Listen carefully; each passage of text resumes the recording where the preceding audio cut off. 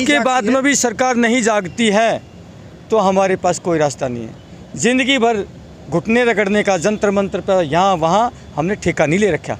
जो जवान जो बॉर्डर में खड़ा रहता है दिन रात, आग, इसके बाद ये बारिश तूफान उसको झेलता है, उसके लिए 5200, ये कौन सा भेदभाव है? वही ऐतिहासिक जगह होगी, वही ऐतिहासिक दिन होगा और वही इतिहास रचने वाले निर्णय होगा हमारा। तो साहब गलत तो नहीं कहा? सही है निर्णय? बिल्कुल सही। ये घुटने रगड़ने का ठेका हमने नहीं ले रखा भाई। अभी हम पूरी सरगर्मी रखेंगे। इन भाइयों से भी अपील करेंगे, फेडरेशन वालों से अपील करेंगे कि दोनों मिलकर के साझा एक मंच शेयर करके एक आगाज़ और करिए। इसके अंदर दम होगा ना, शेर टाइगर, हम टाइगरों को बुलाएंगे, सीधी बात करें। जय हिंद, जय भारत। और आप सभी का स्वागत करूंगा आपके अपने चैनल CCN न्यूज़ 24 के अंदर। मेरा नाम है दिनेश गर्ग जैन, कड़वे सवालों वाला। और लगातार पिछले लंबे समय से हम लोग आपको पूर्व सैनिकों की जो आवाज़ है, जो उनकी मांगें हैं या जो उनका दर्द है, जो उनके साथ विसंगति हुई है, जो उनके साथ छल हुआ है, जो उनके साथ धोखा हुआ है, वो चीज़ आपको पहुंचाते जा रहे हैं। और आज मुझे खुशी भी है और एक दुख भी है। दुख इस बात का है कि पहले तो जो आज 6 अगस्त को इन लोगों को इकट्ठा होना पड़ा अपनी मांगों के लिए, वो नौबत ही नहीं आनी चाहिए थी।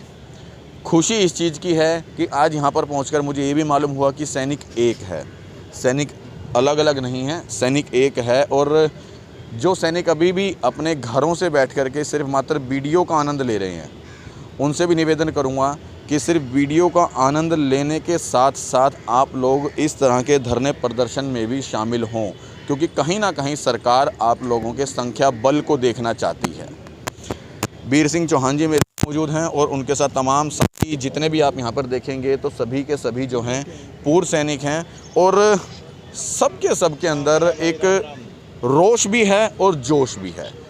जवान जो होता है वो क्यों इन लोगों को जवान कहा जाता है? क्योंकि ये कभी बूढ़े ही नहीं हो पाते हैं। और इन लोगों के अंदर हमेशा एक जोश होता है कि अगर हमें अपनी भारत देश की रक्षा के लिए आधी रात को मरना भी पड़े, मतलब शहीद होना भी पड़े, तो भी हम तैयार हैं। शायद और किसी नौकरी में ये चीज़ नहीं होगी।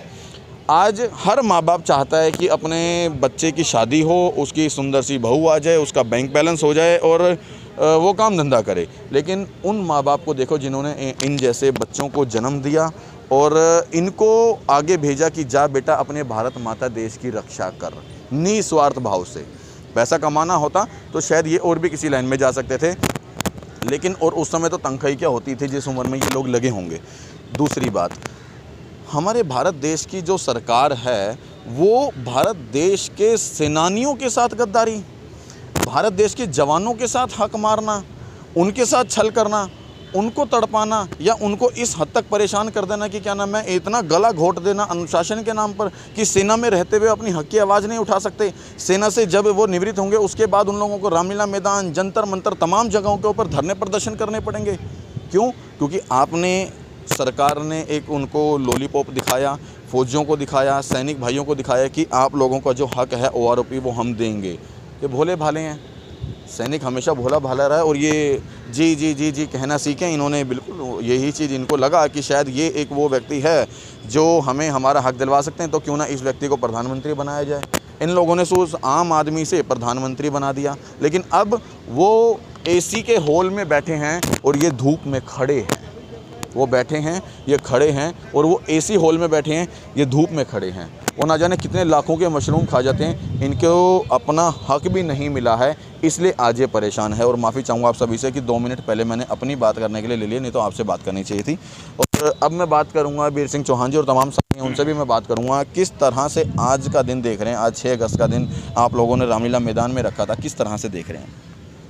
सबसे पहले तो दिनेश बेटा मैं आपको सैल्यूट करता हूँ कि आपने अब तक जितना हमारी कवरेज है जंतर मंतर से लेकर के आज रामलीला मैदान में भी आप जो है पहुँच चुके हैं कि आपने पूरी कवरेज पूरे हिंदुस्तान के कोने कोने के अंदर फौजियों भाइयों तक पहुँचाई है। आप बहुत जो है सैल्यूट के हकदार हैं। और मैं उस माँ को भी सलाम करता हूँ जिसकी कोख से आप जैसे जो बेटे पैदा होते हैं, जो वाकई दिल में जो सैनिक के प्रति जो प्रेम रखते हैं। वाकई जो आपकी जो बातें हैं, आपने बात की तो उससे झलक रहा था कि वाकई आपके अंदर हमारे प्रति जो विश्वास है, प्यार है। देखिए बहुत अच्छा लगा आज इस रामलीला के मैदान के अंदर आपने देखा होगा बेटा, मतलब सैनिक पूरे हिंदुस्तान के कोने कोने से उमड़ उमड़ के पड़ रहे थे, तहलका मच गया। हिंदुस्तान का ऐतिहासिक जो है ये एक मोमेंट था, ठीक है। और मुझे यकीन है कि आने वाली 15 अगस्त को लाल किला से माननीय प्रधानमंत्री जी कुछ न कुछ जो है ज़रूर हमारी बातों का संज्ञान लेंगे, उम्मीद है जी। और फिर भी मैं बोल देता हूँ, यदि 15 अगस्त को अगर लाल किला से मोदी जी ने यदि हमारा कोई भी घोषणा नहीं की, तो फिर देखिए हमें मजबूर होकर के, विवश होकर के, लाचार होकर के हमें कोई बड़ा फैसला लेना पड़ेगा। और हम सितंबर 15 को, क्योंकि सितंबर के ही महीने से रेवाड़ी के अंदर से इन्हीं सैनिकों ने, इन्हीं रणबांकुरों ने मोदी जी के सिंहासन के लिए बिसात बिछाई थी जी। आज बड़े दुख के साथ कहना पड़ रहा है, इन सैनिकों ने जितने तन मन धन के साथ में मोदी साहब का साथ दिया, बड़ी आत्मा के साथ दिया, लेकिन मोदी साहब ने वो जो करना चाहिए था सैनिकों के प्रति वो नहीं किया है। बड़े दुख के साथ कहना पड़ रहा है। तो मैं तो इतना ही कहूँगा बेटा, आज ऐतिहासिक वो था, रैली थी, 23 वाली भी बहुत बढ़िया थी, ये भी बढ़िया थी। अब इससे ज़्यादा तो कुछ नहीं कर सकते। उन्होंने भी अपनी पूरी ताकत झोंकी 23 वालों ने, सैल्यूट करता हूँ उनको भी। आज जो वॉइस ऑफ एक्सप्रेसमेंट थे, हमने भी ताकत लगाई इनके साथ, इन्होंने भी पूरी ताकत लगा दी। एक हर चीज़ की एक लिमिट होती है, उसके बाद चोटी से, उसके बाद ढलान शुरू होता है। अब इसके बाद में उनका भी काफिला उससे ज़्यादा नहीं बढ़ पाएगा। उन्होंने भी पूरी ताकत झोंक ली, उससे ज़्यादा उनका भी नहीं बढ़ेगा, ना इनका बढ़ने वाला है। इसके बाद में भी यदि सरकार नहीं सुनती है, तो साहब गलत नहीं कह रहा हूं, इसके बाद में भी सरकार नहीं जागती है, तो हमारे पास कोई रास्ता नहीं है। ज़िंदगी भर घुटने रगड़ने का, जंतर मंतर पर यहाँ वहाँ हमने ठेका नहीं ले रखा, हम सितंबर के अंदर 15 सितंबर के एक ऐसा आगाज़ करेंगे, बड़ा निर्णय लेंगे ये सैनिक भाई, कि जो सरकार जिसका सपना में भी नहीं सोच सकती, कल्पना भी नहीं की होगी सरकार ने। वो बड़ा ऐतिहासिक निर्णय फौजी भाई लेंगे। अब वो क्या निर्णय होगा वो वक्त बताएगा, वहाँ पर वही ऐतिहासिक जगह होगी, वही ऐतिहासिक दिन होगा, और वही इतिहास रचने वाले निर्णय होगा हमारा। तो साहब गलत नहीं कहा, सही है निर्णय। बिल्कुल।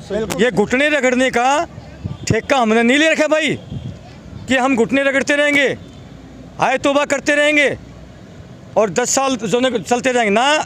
हमारा जो समय है बहुत वैल्यूएबल है, हमारी जो लाइफ है बहुत कीमती है।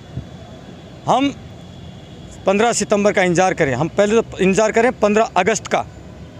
हम उम्मीद करते हैं कि सरकार को सद्बुद्धि दे, मोदी साहब को सद्बुद्धि आए, और 15 अगस्त को कुछ हमारे बारे में सोच ले।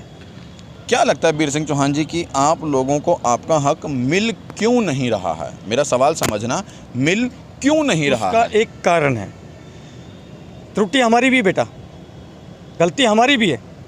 जितने भी हमारे चाहे वॉइस ऑफ जो यूनाइटेड फ्रंट के जो अगवा हों और चाहे फेडरेशन के अगवा हों, जब तक सारे एक मंच पर नहीं आते, मैं फिर कह रहा हूँ, जब तक सारे के सारे एक मंच पर नहीं आते, तब तक सरकार हमारी तरफ नहीं देखेगी। यही सच्चाई है, यही सच्चाई है। बिल्कुल, इन्होंने बिल्कुल सही बात कही है, मेरे मन की बात कही है। बेशक कितने ही आंदोलन कर लो आप और कितना ही संख्या बल दिखा दो, जब तक आपके अंदर ये भावना अगर रहेगी, अगर ये भावना से आप संख्या बल दिखा रहे हो कि मेरे को दूसरे संगठन को छोटा बड़ा दिखाना है, तब तक बात नहीं बनेगी। आप लोगों को संख्या बल दिखाना है सरकार को, और सरकार जब झुकेगी जब आप लोग एक मंच पे अपनी बात रखोगे। बिल्कुल, मैं तो आपके चैनल के माध्यम से जो भी फेडरेशन के भाई हों उनसे भी हाथ जोड़ के प्रार्थना है, ना वो मेरे दुश्मन है, ना ये मेरे दोस्त हैं, ना ये मेरे दोस्त है, ना वो मेरे दुश्मन है। मैं तो दोनों से हाथ जोड़ के प्रार्थना करता हूँ कि एक मंच पर आइए, हम पूरी कोशिश करेंगे, और अभी हम 15 सितंबर तक कोशिश करेंगे। अगर आते हैं तो हम एक जो है मौका और देंगे इकट्ठा होकर के, इकट्ठा यूनाइटेड। क्यों साहब, गलत तो नहीं है? बिल्कुल सर। 15 सितंबर से पहले अभी हम पूरी सरगर्मी रखेंगे। इन भाइयों से भी अपील करेंगे, फेडरेशन वालों से अपील करेंगे कि दोनों मिलकर के साझा एक मंच शेयर करके एक आगाज़ और करिए।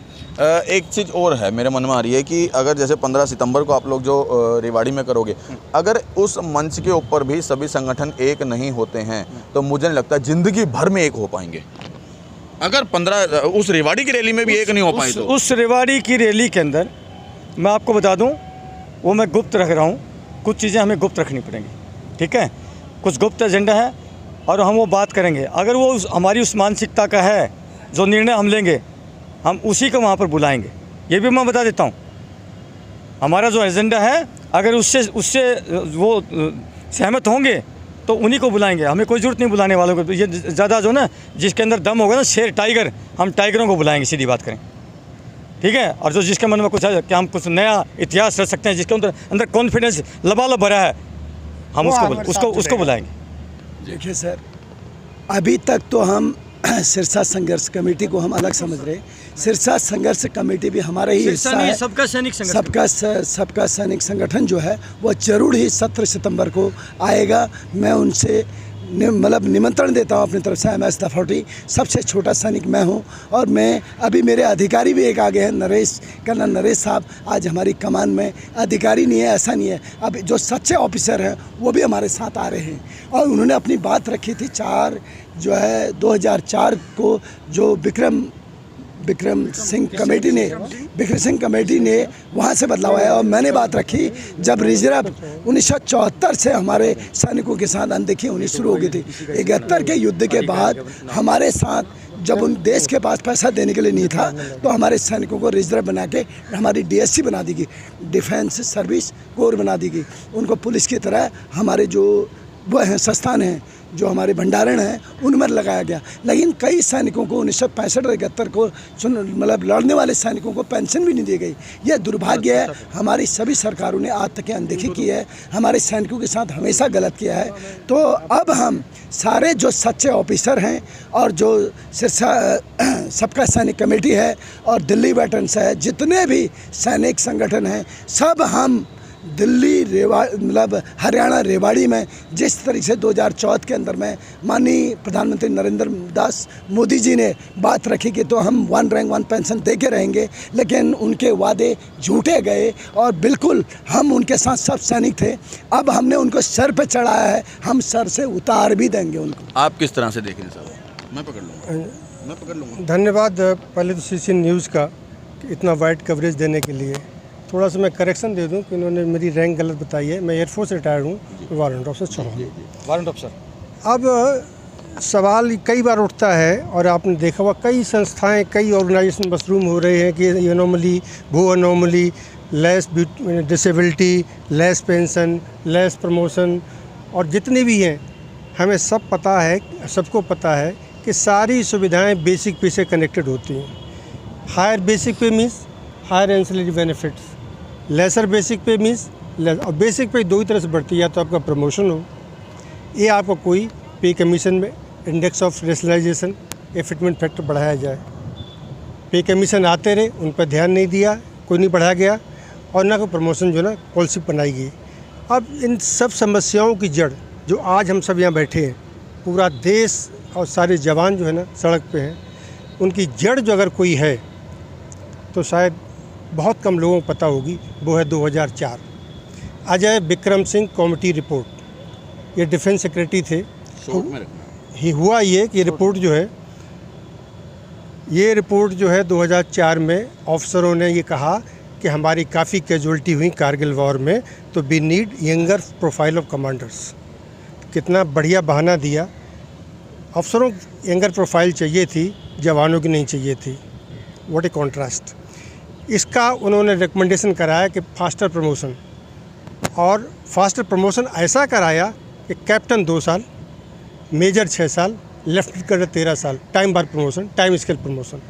By 13 years of service, every Tom, Dick and Harry in officers cadre will become lieutenant colonel equivalent. अब ऑफिसर रैंक चौथी रैंक है अफसरों में, जवानों में चौथी रैंक नायब सूबेदार है। उस बेचारे को अगर 15 साल, 17 साल, 18 में तुम दे देते ना, तो बाई डिफ़ॉल्ट 18 साल घर से पाई नायब सूबेदार की, जब उसकी हायर बेसिक पे होती, हायर पेंशन होती, हायर डिसेबिलिटी होती, हायर पे होती, आज यहाँ नहीं बैठे होते। तो वहाँ का सारा एक्सचेकर ये लोग खा गए, डाइवर्ट कर गए। जवानों को 24 साल तक कोई माई बाप उनका नहीं, एक MSCP एक इंक्रीमेंट दे के छोड़ दिया जाता है। तो असली जड़ ये है जहाँ से भेदभाव पैदा किया गया। आप किस तरह, 2 शब्दों में गौतम जी आप बताएं किस तरह से रखेंगे? वाकई आप लोग भी पूरी तरीके से संघर्ष कर रहे हो। गौतम जी, आपका मीडिया चैनल को मेरा बहुत धन्यवाद है। और मेरे को इतना हिंदी आता नहीं, मैं अदर स्टेट का है, फिर भी मैं बोल देता हूँ। जो नर्स है, नर्स कुछ भी नहीं करता है, छाया का हॉस्पिटल का अंदर बैठा रहता है, उसका 10,000 से 10,500-800 ये है। और जो जवान जो बॉर्डर में खड़ा रहता है दिन रात, आग, इसका बाद ये बारिश तूफान, उसको झेलता है, उसके लिए 5200। ये कौन सा भेदभाव है? ये हम गवर्नमेंट से रिक्वेस्ट करता हूँ, इसको भेदभाव ख़त्म करें, इसको सही सुप्रीम कोर्ट का 3 जजेस बैठा के पूरा इसको विसंगति को पूरा दूर करें, अदरवाइज बहुत बड़ा आंदोलन हो सकता है। जी, ये देखिए, आंदोलन बंद नहीं हो। सभी सैनिकों की एक मांग है कि जो मौजूदा सरकार है वो हम सबकी मांगों को समझे, सुने और उनको जल्द से जल्द पूरा करे। यार खुद देखो ना, जिस भारत देश का सैनिक परेशान होगा, जवान परेशान होगा, किसान परेशान होगा, तो वो देश किस तरह से खुशहाल होगा। हाथ जोड़ के मेरा भी निवेदन है कि इन लोगों की मांग को माना जाए, और मैं इन लोगों की लड़ाई जब तक अपने चैनल के माध्यम से दिखाता रहूँगा, जब तक इन लोगों की हक की आवाज़ जो है वो पूरी ना हो जाए। मैं आपके चैनल के माध्यम से लास्ट एक अपील करता हूँ सारे फौजी भाइयों को कि हमें किसी पक्षपात नहीं करना। जो भी आप किसी से भी जुड़े हुए, तो फेडरेशन वाले हों चाहे यूनाइटेड फ्रंट वाले, बहुत सारे के सारे अपने अपने संगठन वालों को कंपेल करें, प्रेशर डालें कि एक मंच पर आए, एक प्लेटफॉर्म पर आए। जब तक आप लोग फेडरेशन वालों को जो ऊपर उठाते रहोगे, उनको हवा देते रहोगे, ऑक्सीजन देते रहोगे, यूनाइटेड वाले इनको ऑक्सीजन देते, तब तक जो कुछ नहीं होला। आप या तो बोलो या तुम भाई एक मंच पाओ, नहीं फिर तुम्हारी दुकान बंद करेंगे। देखो मैं सीधी बात करता हूँ, सारे भाइयों को इनकी दुकान जो है फिर बंद करनी पड़ेगी अगर ये एक मंच पर नहीं आते तो। जो भी आदमी अगर कोई भी कहे, आज मान लिया जो फौजी भाई नहीं आए, जो आए उनका स्वागत, जो नहीं आए क्या उसको मैं मीर जाफर या जैसन कहूँगा क्या? ये बातें जो कहना है ये टोटली गलत है। सारे देश के योद्धा हैं, सारे देश के सैनिक हैं, सभी ने अपनी देश की जवानी देश की सीमाओं पर दी। कोई जैसन नहीं है, कोई मीर जाफर नहीं है। किसी को वक्त मिला, किसी को नहीं मिला। जो आज आया उसका भी सैल्यूट, जो नहीं आया उसको भी सैल्यूट। लोकतंत्र में मीडिया सबसे बड़ा 17 सितंबर को